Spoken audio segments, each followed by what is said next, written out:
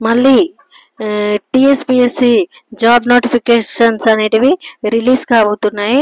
అయితే ప్రతి ఎగ్జామ్లో పేపర్ 1 ఉంటుంది కదా, పేపర్ 1లో జనరల్ స్టడీస్ పైన క్వశ్చన్స్ అనేటివి ఉంటాయి. వాటిలో జనరల్ స్టడీస్ క్వశ్చన్స్ అనేటివి చూద్దాము. ఇప్పుడు ఏ సంవత్సరంలో జరిగిన పానిపట్ యుద్ధంలో ఇబ్రాహీం లోడి బాబర్ చేతిలో ఓడిపోయాడు? 1526.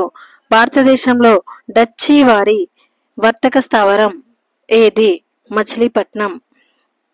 భారత రాజ్యాంగం ప్రకారం స్థానిక ప్రభుత్వాలు ఏ జాబితాలోని అంశం?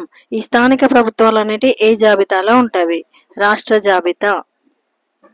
నెక్స్ట్, ఎలక్ట్రాన్ను కనుగొన్నది ఎవరు? J J Thomson. స్థానిక సంస్థల్లో 50% స్థానాలను మహిళలకు కేటాయించిన మొదటి రాష్ట్రం ఏది? బీహార్.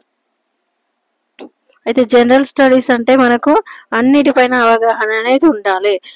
సైన్స్ పైన క్వశ్చన్స్ వస్తవి, సోషల్లో క్వశ్చన్స్ వస్తవి, మనకు పాలిటీలో క్వశ్చన్స్ వస్తవి, హిస్టరీ పైన కూడా క్వశ్చన్స్ అనేటివి వస్తాయి. ఇప్పుడు మనకు స్వాతంత్రం వచ్చినప్పటి నుండి జరిగిన హిస్టరీ, పాలిటీ, జాగ్రఫీ ప్రతి ఒక్కటి మనం నేర్చుకొని అయితే ఉండాలి.